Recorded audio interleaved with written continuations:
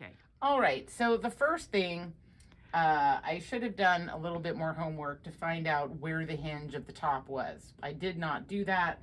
It's in a different place than I had expected, so we wound up raising that.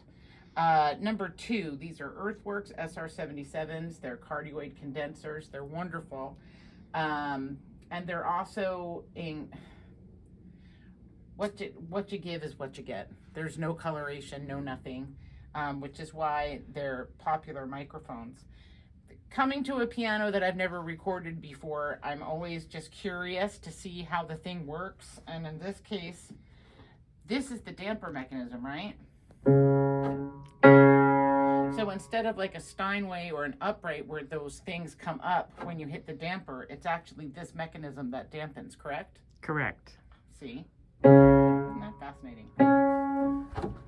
Without the damper. Then I thought, okay, where's the sustain pedal? There it is. And I'm always curious to hear the mechanical noises so I know where to put the mics. Whoops. So it resonates a lot on this side, but not so much on this side. So we started, I used this as a focal point, thinking that I could get an overall balance, because if you see the low strings are here, mid strings, high strings, I didn't want to have things over here because then I would get an overly bassy sound. So this was my focal point. Problem is that this mechanism makes a lot of clickety-clackety noises. And even though Artis is used to that and expects it from this instrument because it's just what the instrument is, I did not like it. So we moved the mics back, and we kind of liked that.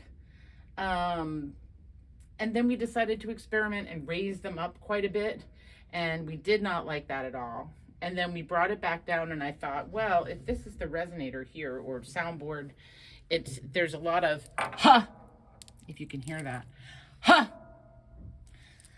I thought, well, that's going to give us a little bit of something fun. And so this seemed to be the right place to put the microphones. And I feel like the recording came out where it's very natural, number one, which is the most important thing, and even, and without a whole lot of clickety-clackety from the dampers. So did you have any questions? No, I think you sort of covered it. Thank you for be willing to experiment with this instrument. I wanted to have a pro come in and take a look and see what she could do, because any recordings have to occur in my studio, which, by the way, this is it. And it's all soundproof to keep the neighbors not complaining. It's meant to keep the sound in as opposed to keeping the outside sound out. Correct. Yeah, there's only so much you can do unless you want to start building walls. Yes, right.